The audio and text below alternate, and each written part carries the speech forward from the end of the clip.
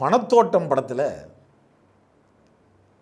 எம்ஜிஆருக்கு ஒரு காதல் பாடல் கண்ணதாசன் எழுதித்தரார்.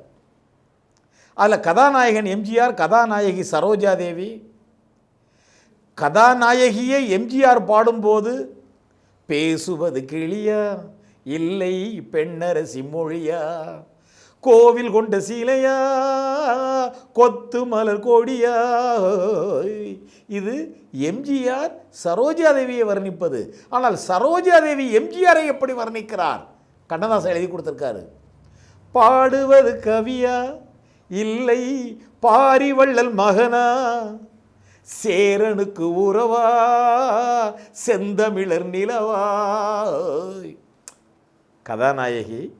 கதாநாயகன் எம்ஜிஆரை பார்த்து வர்ணிப்பதாக கவியரசர் கண்ணதாசன் சிந்திய வார்த்தைகள் இல்லை, கொட்டி கொடுத்த வார்த்தைகள்.